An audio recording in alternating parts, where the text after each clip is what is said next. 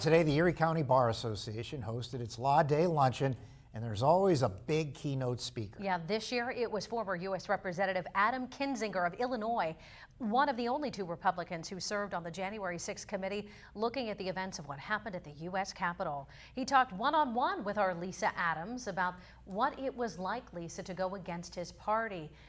Did he say the pressure was tough? Good evening, Eva and Mike. He did, although as a former Air Force pilot in Operations Iraqi and Enduring Freedom, the toughest, he said, was an email from a former co-pilot who said he was ashamed to have served with him. Still, Kinzinger believed it was his duty to get the facts of January 6th out, and he has no regrets.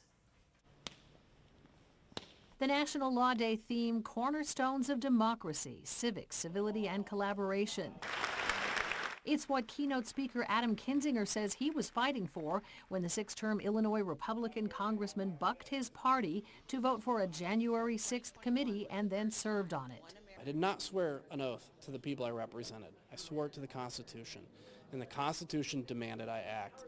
And so I had to remind myself of that daily because the pressure was tough. Kinzinger told the Erie County Bar Association and a packed student program beforehand he believes the effort to preserve democracy succeeded.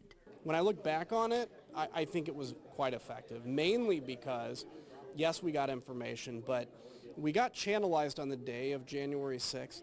People needed to see everything that led up to it, and I think we did that, and we were able to present that information. There are some folks that won't take it. That's fine. It's their choice.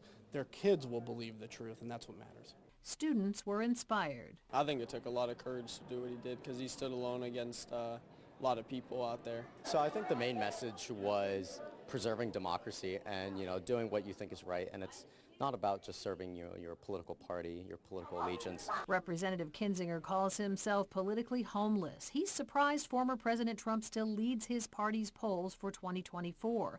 And he doesn't think a Trump-Biden rematch is the best we can do as a country. And I know every American feels that way, and I think we deserve better. But that's where we have to look into things like campaign finance reform, how primaries are working, how anger actually is fed so much. But yeah, I think if we end up in another Biden-Trump year, people are going to be pretty disaffected.